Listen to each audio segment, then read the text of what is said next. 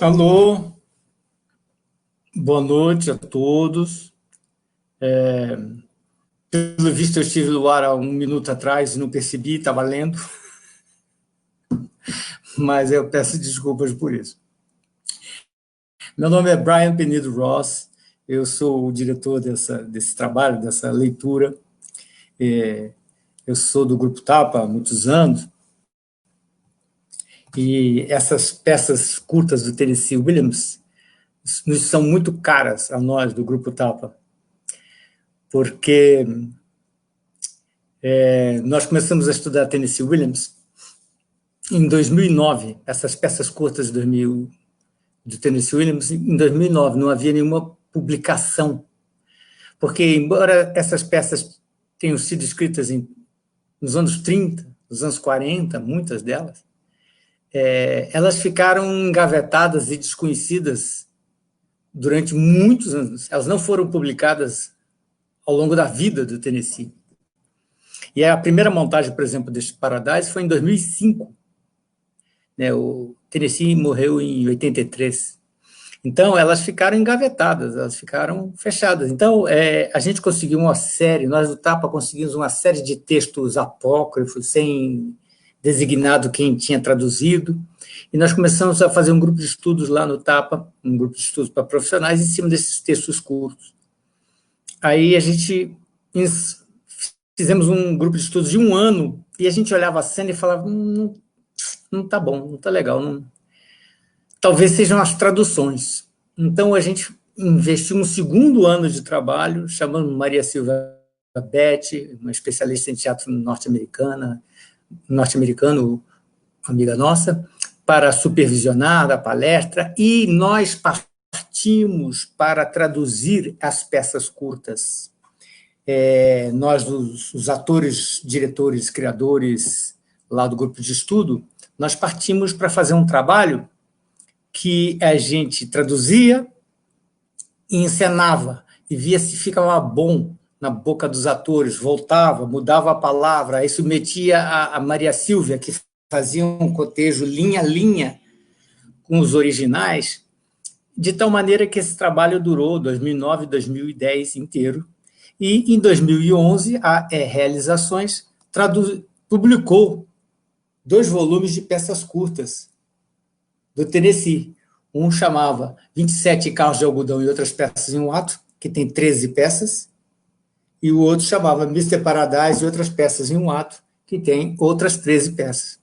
E também a Realizações publicou também 2 livros de peças longas do Tennessee, também traduzidas por nós do Tapa. Então, foi um trabalho muito prazeroso, que a gente discutiu linha a linha, palavra por palavra. Isso resultou num espetáculo que nós montamos, chamado Alguns Blues do Tennessee, eu acho que em 2014.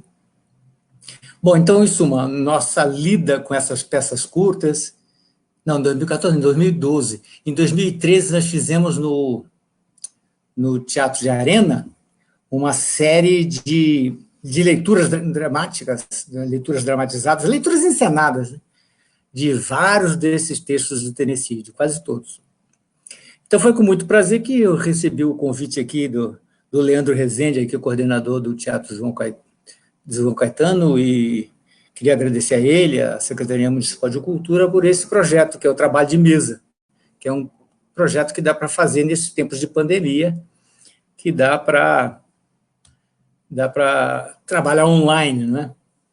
Então, Tennessee, eu vou falar um pouquinho de Tennessee, porque eu não pretendo ser muito longo, não. Tennessee nasceu em 1911 e morreu em 1983.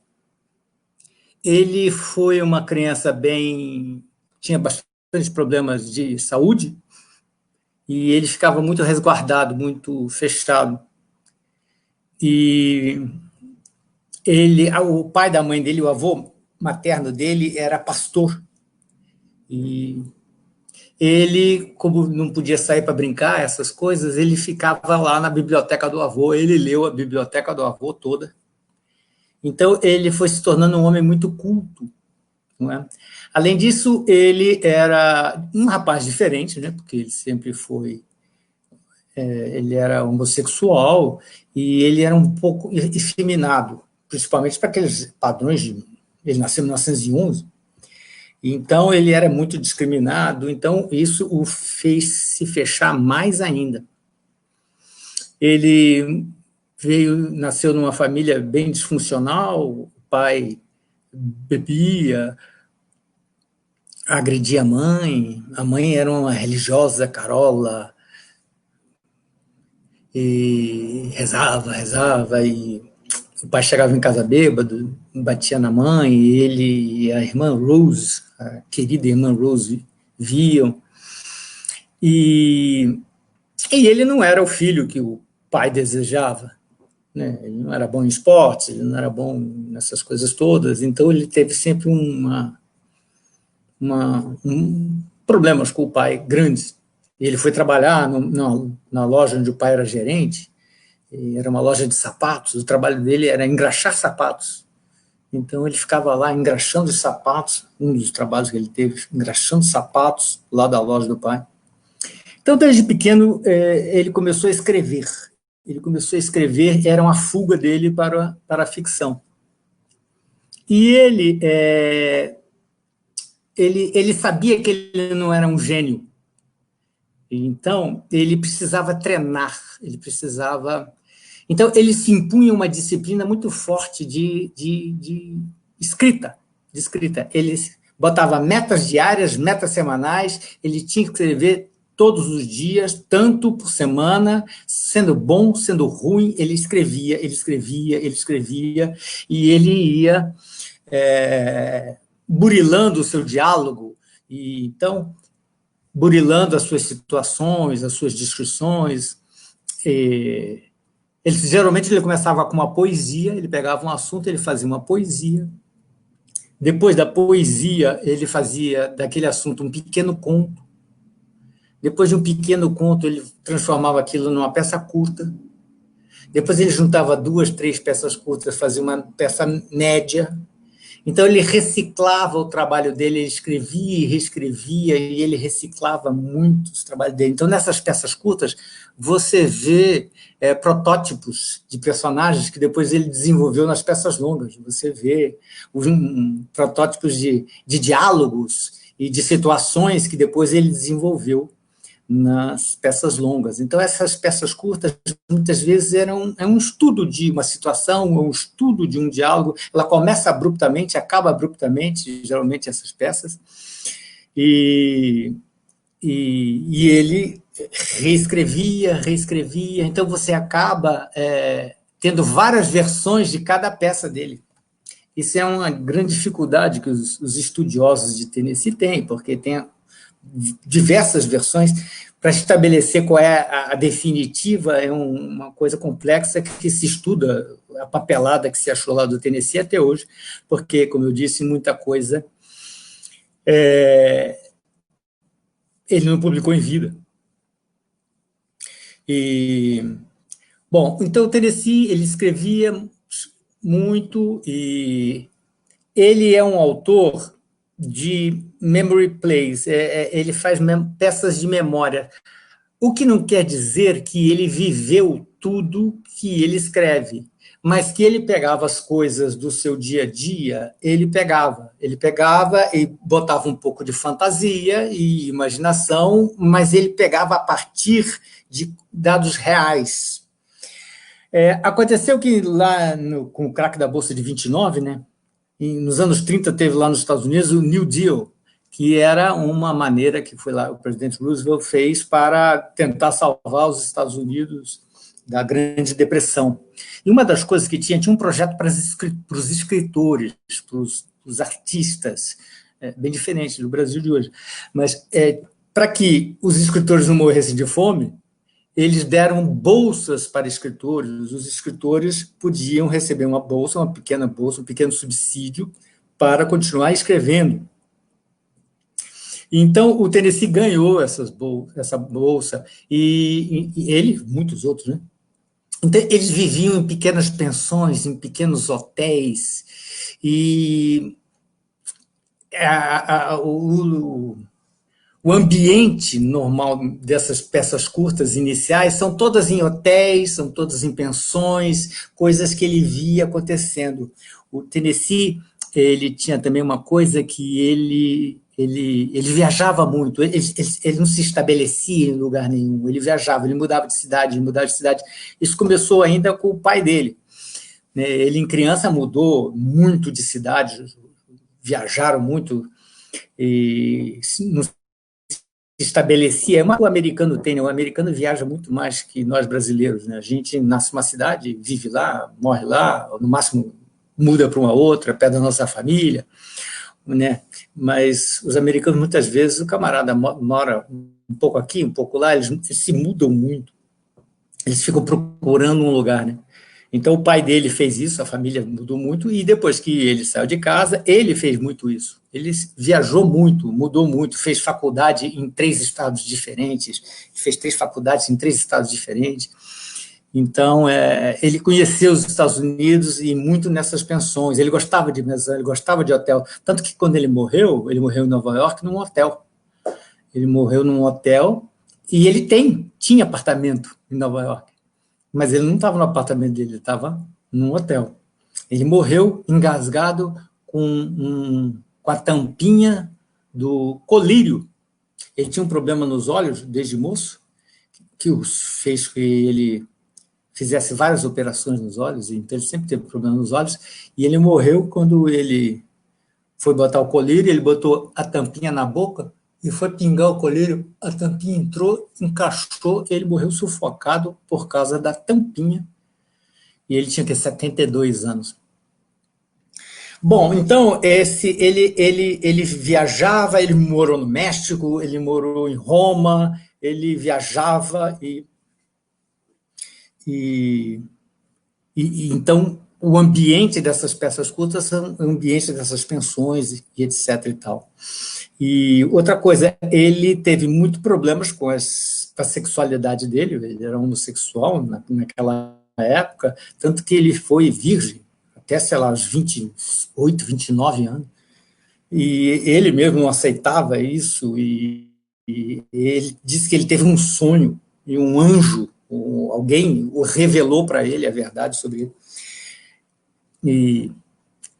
Então, ele tinha uma parte muito conturbada em relação a isso, e depois ele fala ele, como fez sucesso muito a vida inteira, tem muitos os documentários sobre ele, tem muitos programas de televisão onde ele dava entrevistas. Então, você consegue, nos documentários, ver o Tennessee nos anos 40, nos anos 50, nos anos 60, 70, 80, dando entrevistas e etc. E tal. Ele era muito engraçado, ele tinha uma gargalhada muito boa.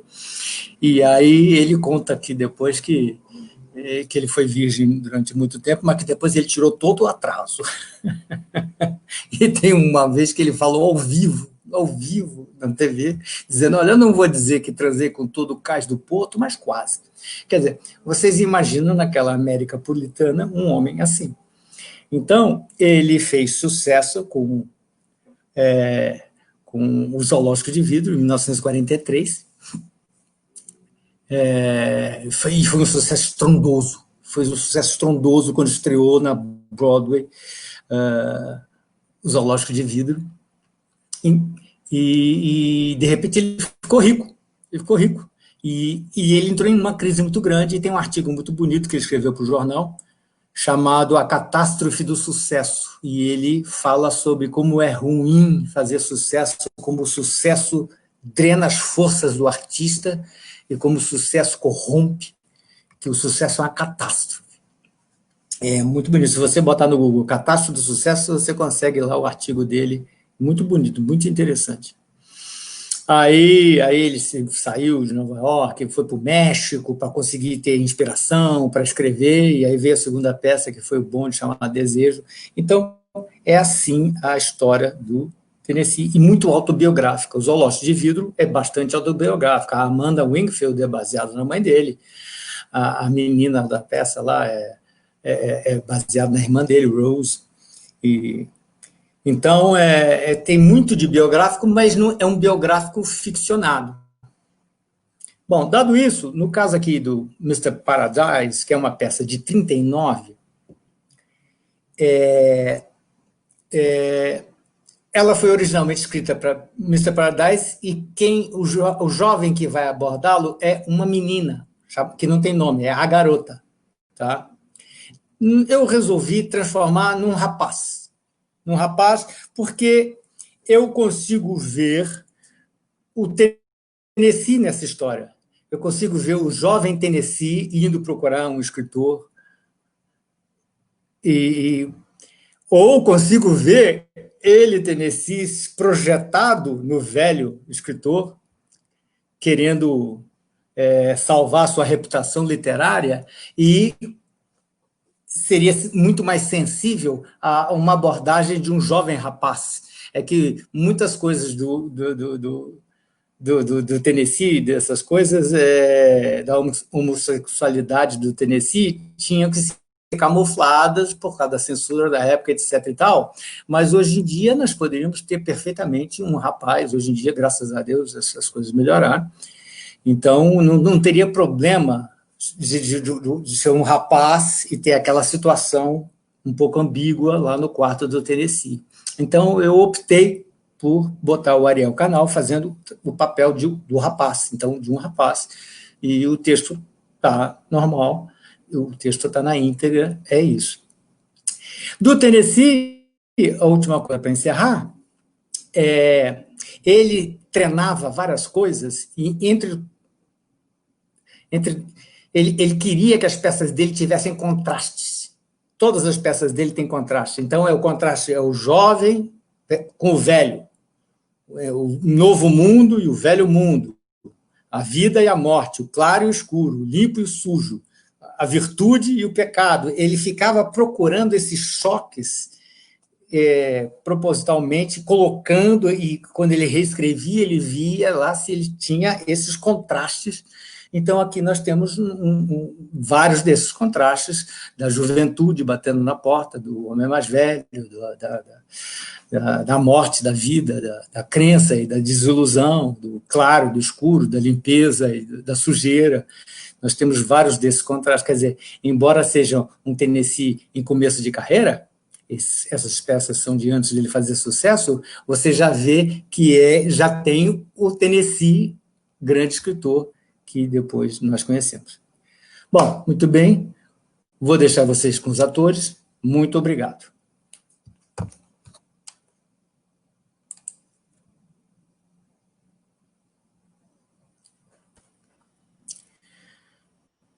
Quarto de uma pensão num prédio degradado no French Quarter, bairro francês, de Nova Orleans, em 1939. Um rapaz põe o rosto por uma porta entreaberta e vê um homem sentado, cochilando.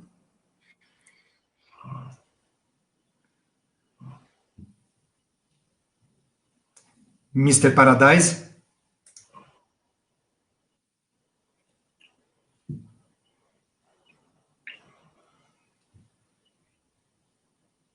Mr. Anthony Paradise?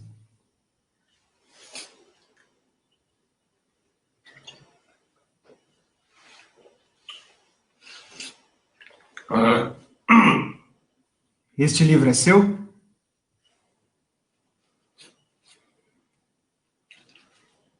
Você comprou? Comprei.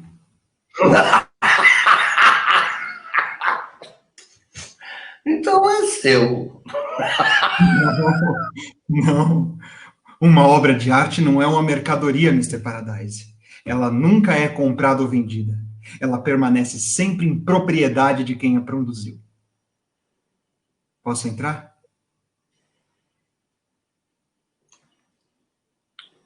Ah, pode.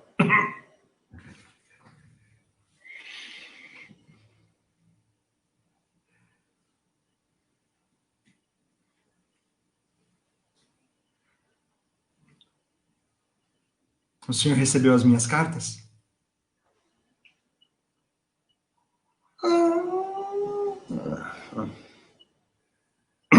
Recebi. As 3 cartas? As 3. E por que não respondeu às minhas cartas, Mr. Paradise? Eu ainda não ouvi a trombeta do anjo Gabriel.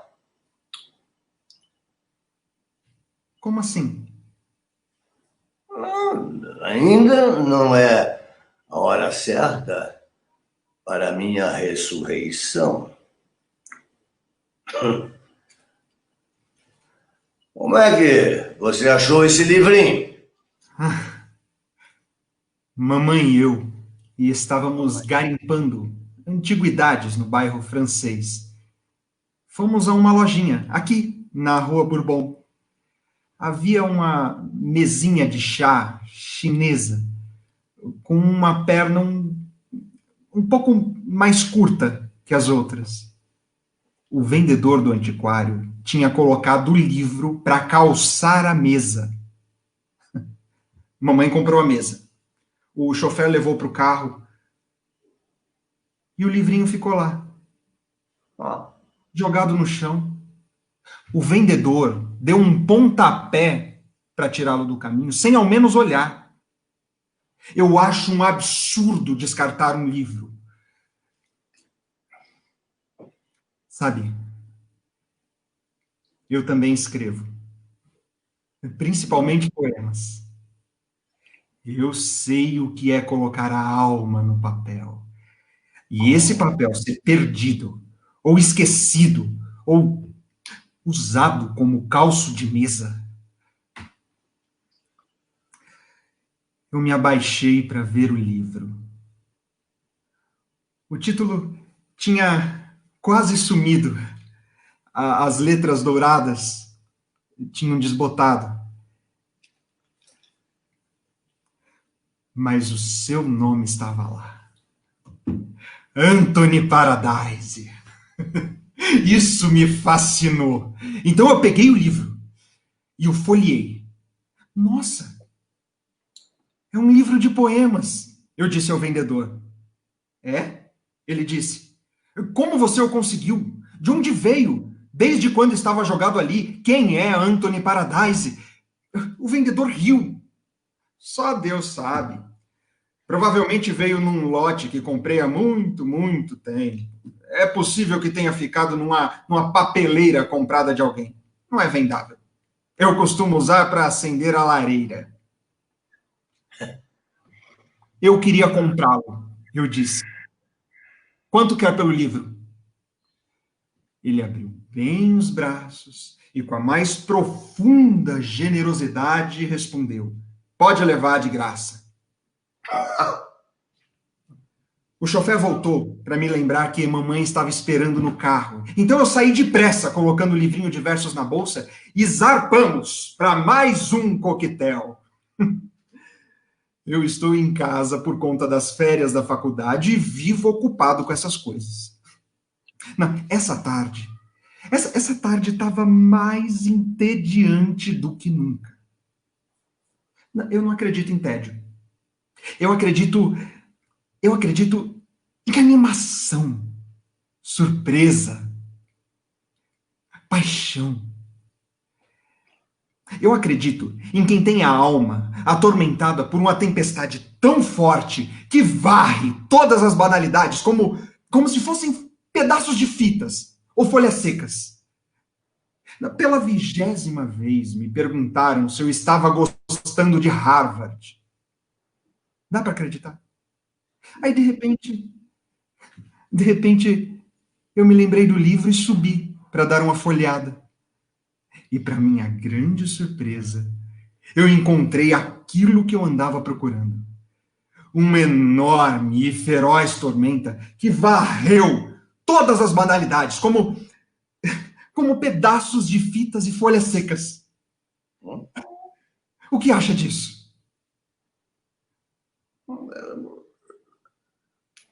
Está se referindo a esse livro de versos? É.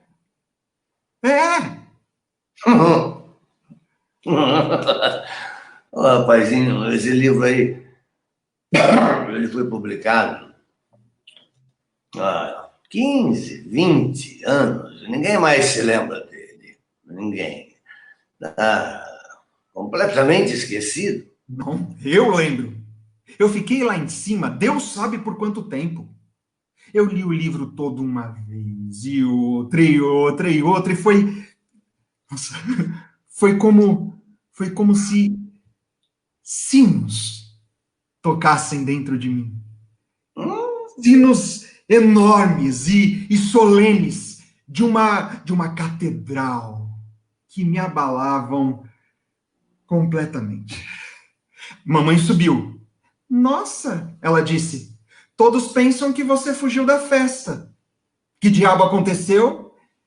Mãe, eu disse, quem é Mr. Anthony Paradise? Quem? Você ouviu falar num homem chamado Paradise?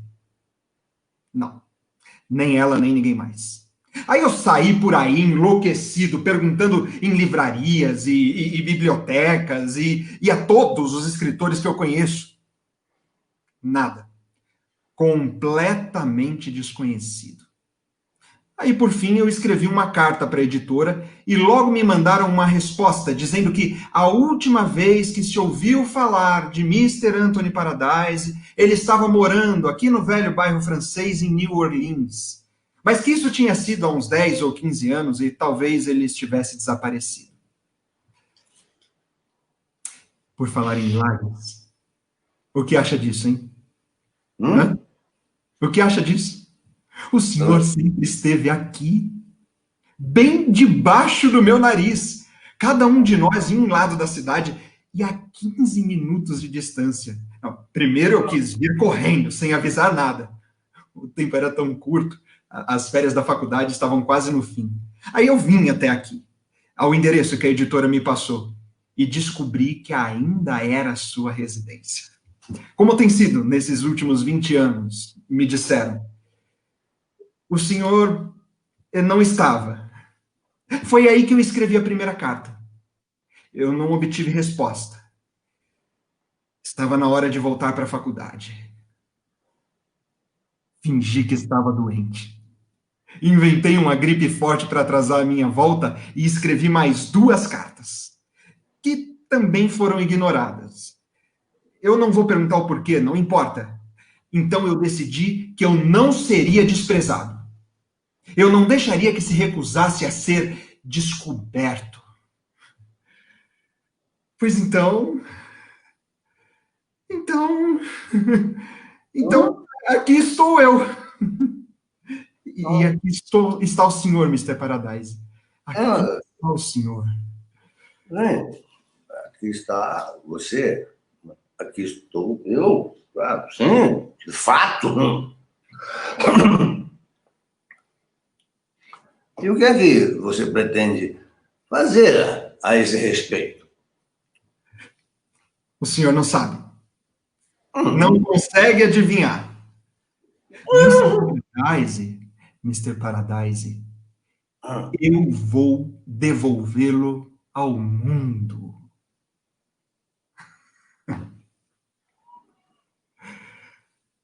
Vai me devolver ao mundo? Esse mundo idiota, cego e negligente que o deixou escapulir. Já imaginou assim? Imagina que eu não queira voltar. Imagina, eu prefira ficar no esquecimento. Hein, rapaz? Não, o senhor não pode. Não, eu não vou deixar. É inútil resistir. Nem tente, Mr. Paradise, nem tente. Eu já pus todo o processo em andamento. Pare esse processo. Por favor. Não. Eu já escrevi para pessoas influentes, editores, escritores que eu conheço em toda a costa leste. Eu já despertei um grande interesse ao seu respeito, viu? Quando eu for embora, eu vou levá-lo comigo. Não. Eu vou sim. O senhor vai viver no meio de pessoas que apreciam genialidade. Vai fazer leituras, conferências. Leituras? Leituras para quem? Clubes, clubes, faculdades, sociedade de poetas. Conferência? Conferência sobre o quê? Beleza? Arte, Hum? poesia.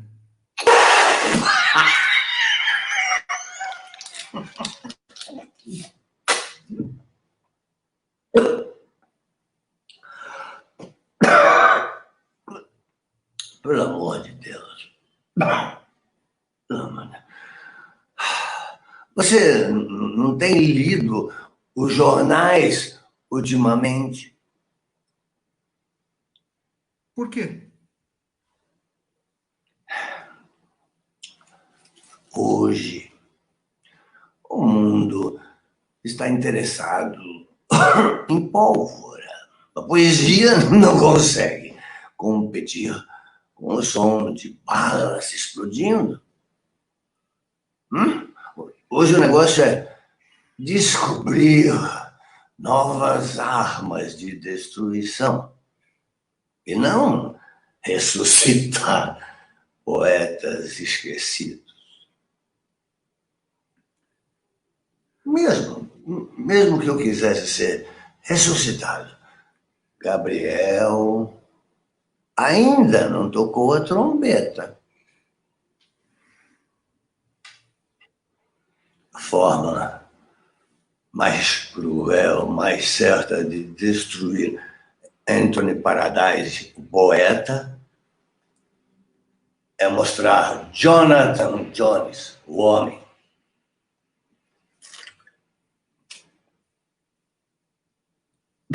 Ou o que sobrou dele. Você não percebe? Imagine, rapaz, que espetáculo terrível que eu daria em cima de um tablado de conferências acadêmicas. Olha para mim, você não é cego. Quer que você vê? Não importa a sua aparência. Importa. Importa sim. Talvez não para você, né? Porque você é jovem, é generoso. Não. Ainda não chegou a hora. Fique com o livro. Lembre-se do meu nome. E observe as páginas de obituários. Um dia você verá o nome de Jonathan Jones. Então volte e procure Mr. Anthony Paradise. Este será o momento quando Jones estiver morto. Jones é uma contradição viva a Paradise. Paradise não terá chance de respirar até que Jones tenha parado de respirar. Acredite em mim, rapazinho, e se dê por satisfeito. O senhor não pode ser Anthony Paradise agora? De novo? Tarde demais. Estou velho demais. A morte é a única coisa que talvez possa salvar a minha reputação. Volte lá para a escola, rapazinho. Tudo tem um fim, até o suprimento de pólvora. Quando estiverem exaustas, as pessoas vão começar a procurar outra vez debaixo de pernas de mesas quebradas por livrinhos de versos esquecidos. Até lá, Jonathan Jones já estará resguardado, fora do caminho. O sol brilhará num céu azul e claro. O vento soprará as folhas no alto das montanhas, a chuva no telhado e as canções dos poetas há muito esquecidos. Armas explodem e destroem e são destruídas. São destruídas. Mas isso, essas pequenas canções, por mais que sejam menores e sem importância, continuam cantando para sempre. Eles têm seus períodos de eclipse, mas elas ressurgem, rapaz. O movimento da vida é ascendente. O movimento da morte é para baixo. Apenas o mais cego dos cegos tolos não é capaz de enxergar aquilo que finalmente estará no topo. Ah, não a morte, mas a vida. A vida.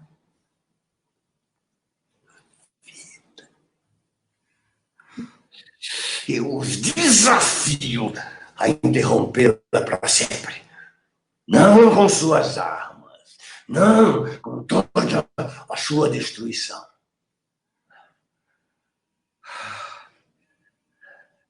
Vamos sim, continuar cantando, cantando. Um dia o ar por toda a terra estará repleto do nosso canto.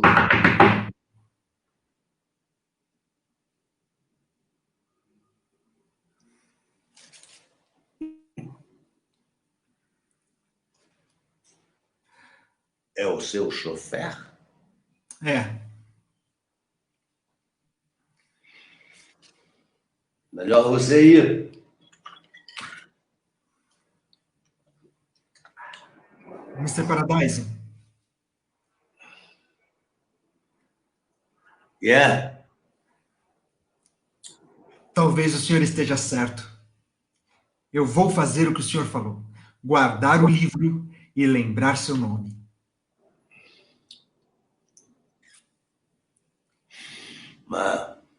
E olhar o obituário nos jornais. E quando chegar a hora, pode contar comigo, Mr. Paradise. Obrigado, menino. Eu vou contar com você. Eu prometo, não vou decepcioná-lo. O seu futuro está a salvo em minhas mãos.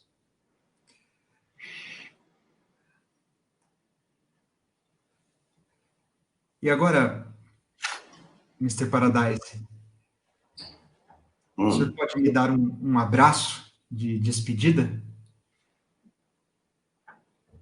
Não. Por que não? Não. Pela mesma razão que eu não tocaria uma toalha de mesa branca e limpa com os dedos sujos de lama.